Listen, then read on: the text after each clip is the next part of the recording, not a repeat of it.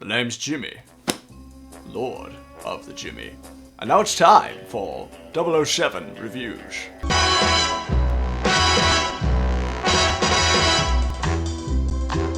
By the way, I'm not doing this entire review in the Sean Connery voice. It's not happening. James Bond, 007, on Her Majesty's Secret Service, License to Kill, the man with the golden wait, that was Christopher Lee. His choice of drink? A martini, shaken, not stirred. Well, it used to be, now it's Heineken. You noticed. James Bond is the ultimate action hero, having 23 films under his belt.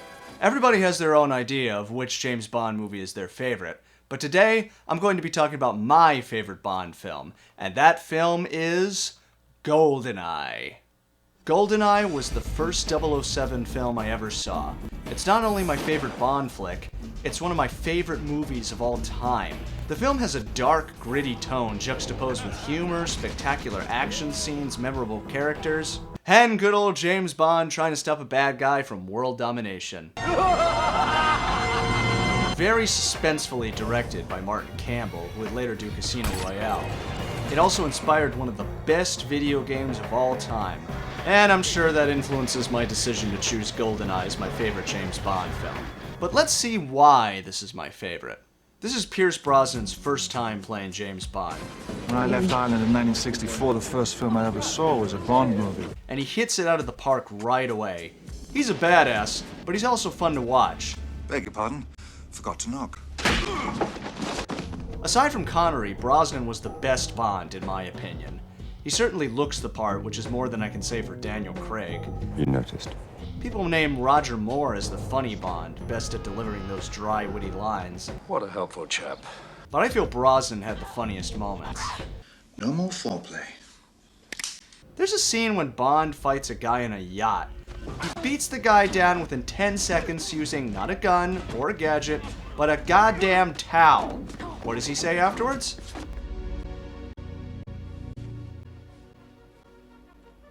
That is hilarious and awesome at the same time. We aim to please. A little history here. Pierce Brosnan was originally intended to follow Roger Moore as far back as 1986.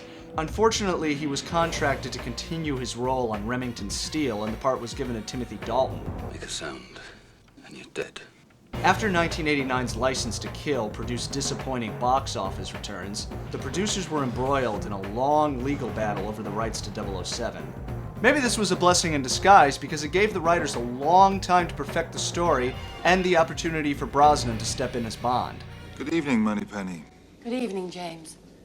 And we'll meet you in the Situation Room. I'm to take you straight in. Goldeneye was also the first Bond film to be made in the post-Cold War era. But as the story begins, it's 9 years earlier and the Cold War is still around as Bond bungee jumps off a dam into a Russian arms facility.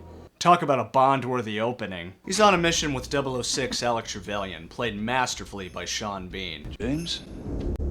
For England. For England, Alec. 006 is tragically killed on the mission.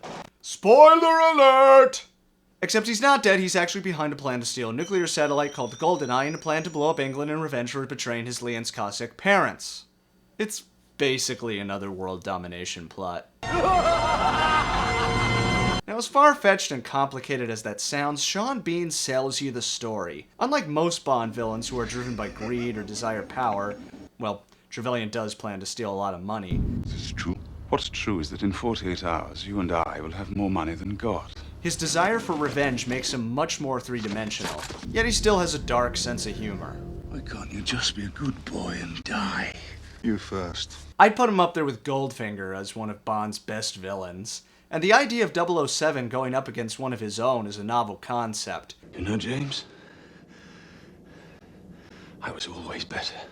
The other characters are great too. Isabella Scrupo plays Natalia, a likable computer programmer who helps Bond disarm the satellite.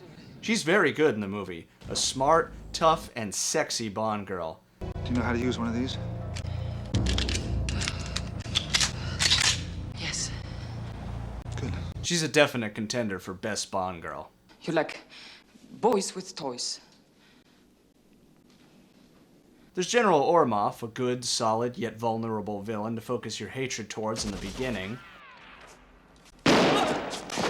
Boris, I am invincible! A perverted computer nerd who brings some humor to the film. They're right in front of you and can open very large doors. You're such a geek. Joe Don Baker gives us some laughs as a CIA agent, Jack Wade. No, Jimbo! I think he's the only guy to ever call 007 Jimbo. As does Robbie Coltrane as Russian mob boss Valentin Zukovsky. Walther PPK. 7.65 millimeter. Only 3 men I know use such a gun. I believe I've killed 2 of them. Lucky me. Of course, we got Desmond Llewellyn back as Q with some funny lines. Now, 007, do please try and return Do please try and return some of this equipment in pristine order. Don't touch that! It's my lunch. And Judi Dench assumes the role of M. As much as I like Bernard Lee, Dench is the best M. You were saying? She's got a commanding presence and has a great dynamic with Brosnan. You don't like me, Bond. You don't like my methods. You think I'm an accountant. A bean counter more interested in my numbers than your instincts. The thought had occurred to me. Good. Because I think you're a sexist, misogynist dinosaur. A relic of the Cold War. Damn. There's another girl in this film. And her name is Xenia Onatopp, played by Famke Janssen. Onatopp? Onatopp. Just watch the clip.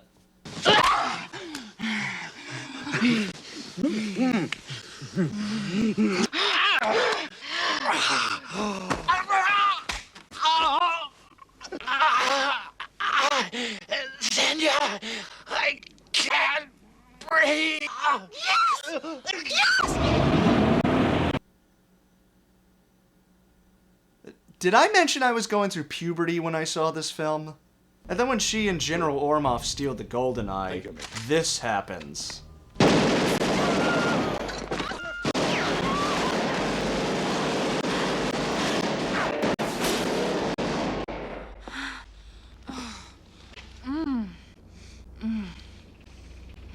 The look on Oromov's face in that scene is priceless.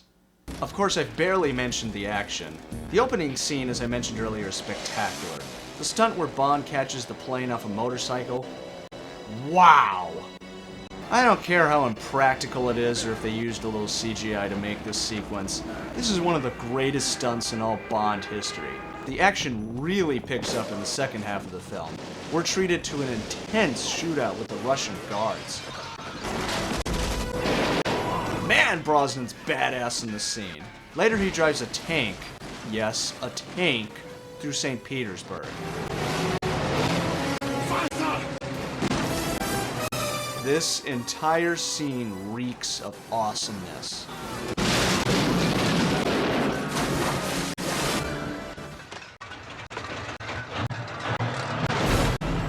And the final fight between Trevelyan and Bond atop the antenna is really intense.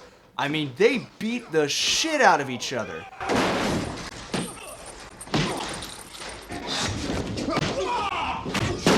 Talk about a climactic ending. This is definitely a top contender for the best fight in the series, alongside From Russia with Love.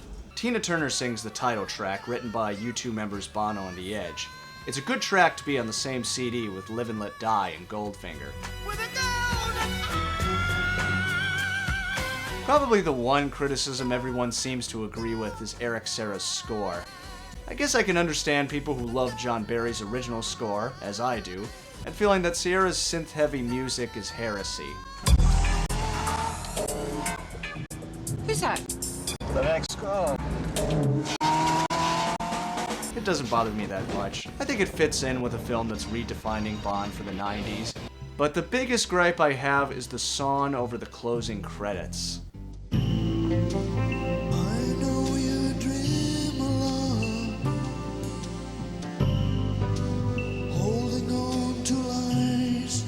Yeah, that's a pretty lame song to end on. Why don't they just play Goldeneye again? In fact, here's the same scene with Goldeneye.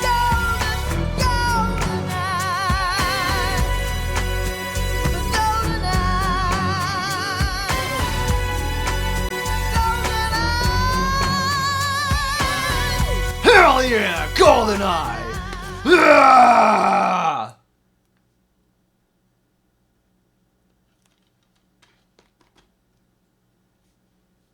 Sorry. Honestly, I could go on forever about this movie. It was the first time I ever saw 007. I love it, and I think it's the best James Bond movie of them all. What do you think? Comment below. Join me next time when I will be discussing the worst James Bond film of them all. Which one is it?